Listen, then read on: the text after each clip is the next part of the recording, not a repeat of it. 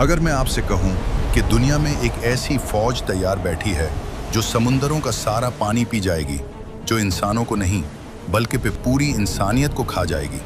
ये कोई Hollywood movie की स्क्रिप्ट नहीं है और ना ही ये किसी साइंस फिक्शन राइटर का ख्याली पुलाव है।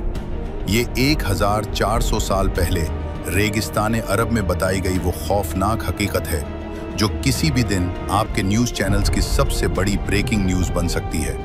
आज हम जानेंगे ज़मीन के सबसे बड़े राज और लोहे की दीवार के पीछे छुपे याजूज और माजूज की मुकम्मल और सच्ची कहानी। दोस्तों, 21वीं सदी में हमें लगता है कि हमने ज़मीन को पूरी तरह दरियाफ्त कर लिया है। हम समंदरों की गहराइयों तक पहुंच चुके हैं और सैटेलाइट्स के जरिए हम जंगल के बीच गिरे पत्ते को भी देख सकते हैं। लेकिन हकीकत ये है कि अल्लाह की इस वसी ज़मीन पर आज भी कुछ ऐसे ब्लाइंड स्पॉट्स हैं जहां टेक्नोलॉजी अंधी हो जाती है। कुरान मजीद की सूरतुल कहफ हमें एक ऐसे ही पुरअसरार मकाम पर ले जाती है। ये कहानी है एक अजीम बादशाह की, एक खौफजदा कौम की और उन दरिंदों की जिन्होंने सदियों तक ज़मीन पर फसाद मचाया। बात सदियों पुरानी है।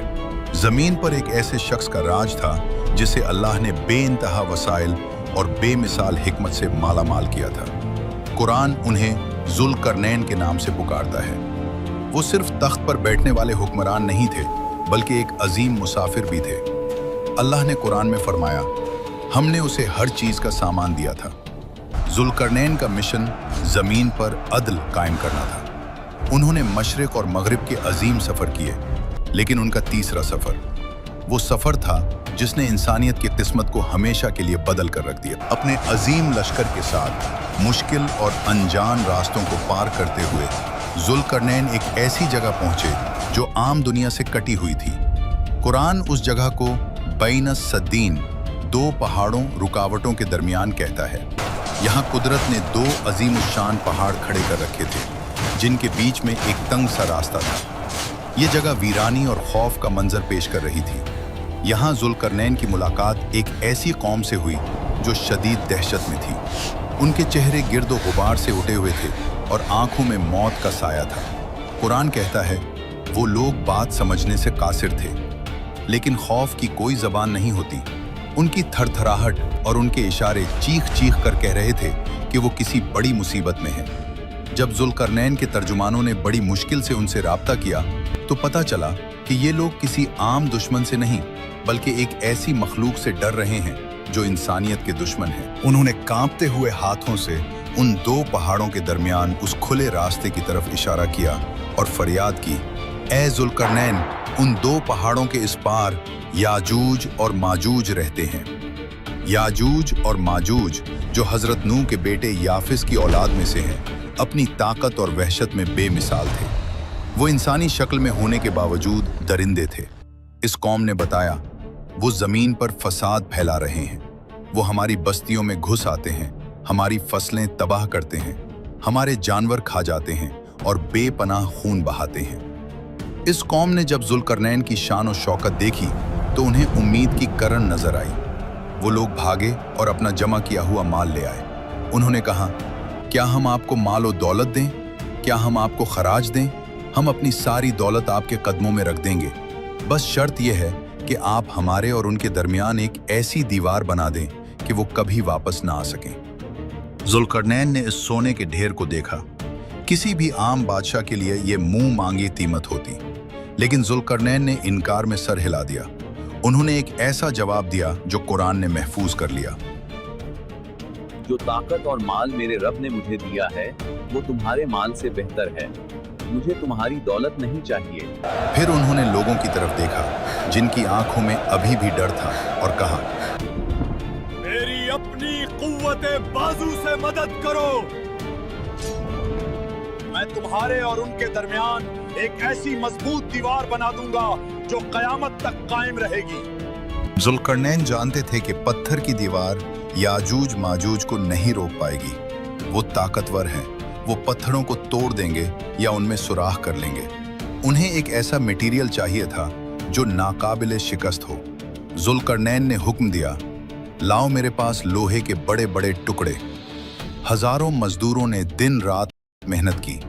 पहाड़ों को खोदा गया और लोहे के भारी भरकम ब्लॉक्स को उन दो पहाड़ों के दरमियान नीचे से ऊपर तक चुन दिया गया। दीवार उठती गई, यहाँ तक कि वो दोनों पहाड़ों की चोटियों के बराबर हो गई।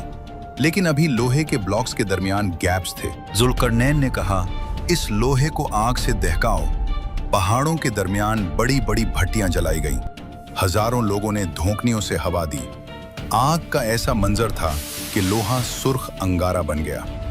पहाड़ों के दरमियान की जमीन तंदूर की तरह तपने लगी। जब लोहा गर्म होकर फैलने लगा तो जुल्करनैन ने आखिरी और सबसे अहम हुक्म दिया, अब मेरे पास पिघला हुआ तांबा लाओ। उन्होंने इस गर्म सुर्ख लोहे पर पिघला हुआ तांबा डाल दिया। साइंस ये कहती है कि जब लोहा और तांबा मिलते हैं तो वो एक ऐसी भरत बनाते हैं जो लोहे से ज्यादा सख्त होता है और इस पर जंग नहीं लगता।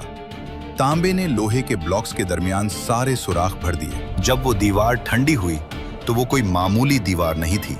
कुरान कहता है, बस वो याजूज माजूज न तो इस पर चढ़ सके और ना ही उसमें सुराख कर सके।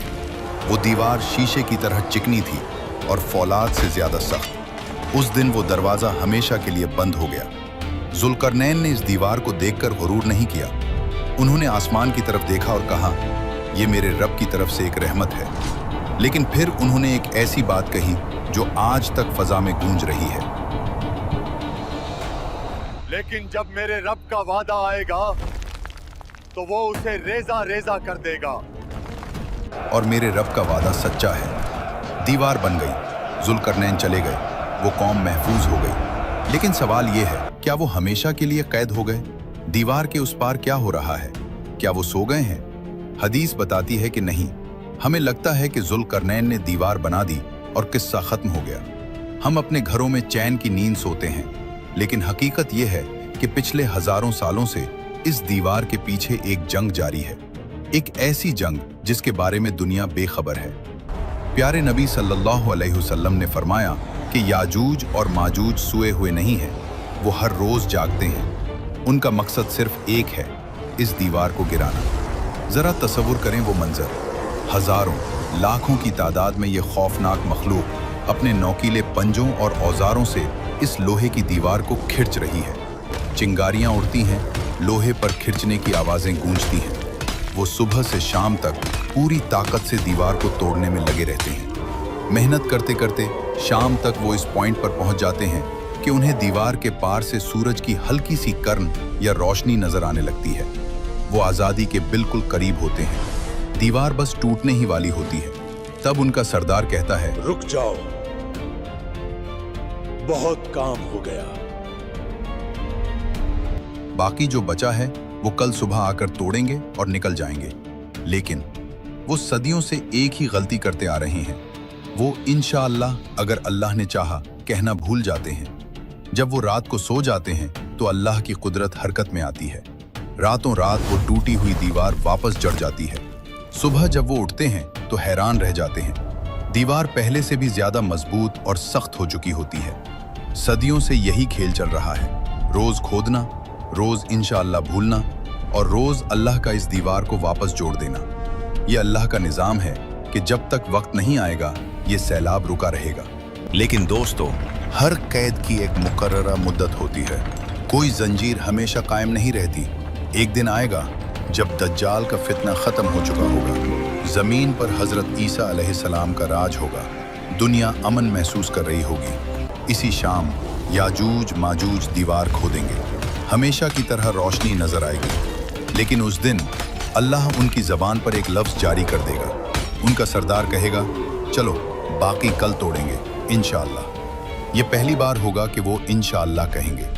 अगली सुबह जब वो वापस आएंगे तो दीवार वैसी ही मिलेगी जैसी वो छोड़ कर गए थे, टूटी हुई। वो एक आखिरी ठोकर मारेंगे और सदियों पुरानी वो अजीम लोहे की दीवार धड़ाम से नीचे आ गिरेगी। फिर जो मंजर होगा वो इंसानियत ने आज तक नहीं देखा। कुरान कहता है, वो हर ऊंचाई से फिसलते हुए नीचे उतरेंगे। वो किसी रेगुलर फौज की तरह डिसिप्लिन में नहीं आएंगे, वो पानी के सैलाब की तरह आएंगे।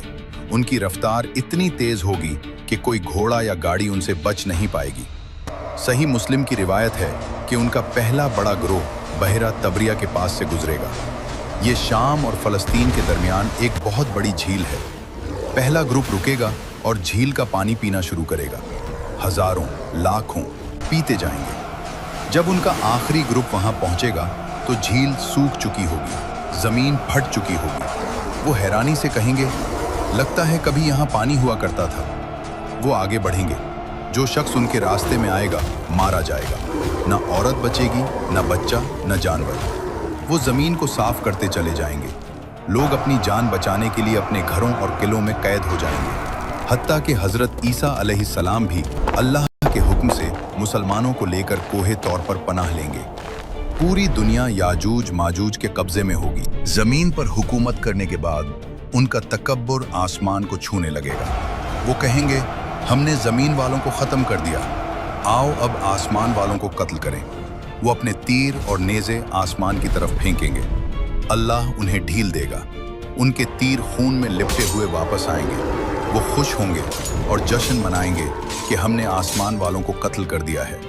उस वक्त हालात निहायत सख्त होंगे। खाने की ऐसी कमी होगी कि एक बैल का सर भी 100 दीनार से ज्यादा कीमती समझा जाएगा। हजरत ईसा अलैहिस्सलाम और उनके साथी अल्लाह से गिड़गिड़ा कर दुआ करेंगे, या अल्लाह, इस अजाब को हमसे दूर कर दे। अल्लाह अपने नबी की दुआ कैसे रद्द कर सकता है? दुनिया की सबसे बड़ी फौज को मारने के लिए अल्लाह कोई एटम बम या फरिश्तों की फौज नहीं भेजेगा। अल्लाह अपनी सबसे छोटी मखलूक को भेजेगा। अल्लाह उनकी गर्दनों में एक बीमारी पैदा करेगा, नगफ। ये एक किस्म का कीड़ा है जो बकरियों और ऊंटों की नाक में होता है। रात के वक्त ये बीमारी फैलेगी और सुबह होते होते सब के सब करोड़ों की तादाद में याजूज माजूज एक साथ मर जाएंगे। हदीस के अल्फाज हैं कि वो ऐसे मरेंगे जैसे एक नफ्स मरता है। हजरत ईसा अलैहिस्सलाम के साथी जब डरते डरते पहाड़ से नीचे झांकेंगे तो हर तरफ खामोशी होगी। एक बहादुर शख्स को नीचे भेजा जाएगा। वो वापस आकर खुशखबरी देगा कि दुश्मन हलाक हो चुका है, लेकिन जमीन पर कदम रखने की जगह नहीं होगी। हर तरफ लाशें और शदीद बदबू होगी। जमीन पर सांस लेना मुश्किल हो जाएगा। हजरत ईसा अलैहिस्सलाम फिर दुआ करेंगे, अल्लाह इस हम लंबी गर्दन वाले बड़े परिंदे भेजेगा। वो आएंगे, उन लाशों को अपने पंजों में उठाएंगे और वहां फेंक देंगे जहां अल्लाह चाहेगा। उसके बाद अल्लाह एक ऐसी रहमत की बारिश बरसाएगा जो मिट्टी के घरों से लेकर खेमों तक हर जगह पहुंचेगी। ये बारिश पूरी जमीन को धोकर शीशे की तरह साफ और चमकदार बना देगी। जमीन को हुक्म मिलेगा, अपने फल उगा और अपनी बरकत वापस ला। वो दूर इतना बरकत वाला होगा कि एक अनार का छिलका इतना बड़ा होगा कि पूरी जमात उसके साए में बैठेगी। शेर और बकरी साथ चरेंगे। बच्चे सांपों से खेलेंगे, लेकिन कोई किसी को नुकसान नहीं पहुंचाएगा। दोस्तों, याजूज और माजूज की कहानी सिर्फ एक वाकया नहीं, एक वार्निंग है। वो दीवार आज भी वहीं है, वो कोशिश आज भी जारी है। सवाल ये नहीं कि वो कब आएंगे, सवाल ये है कि जब वो आएंगे तो क्या हमारा ईमान इतना मजबूत होगा कि हम दज्जाल और उस फितने का मुकाबला कर सकें।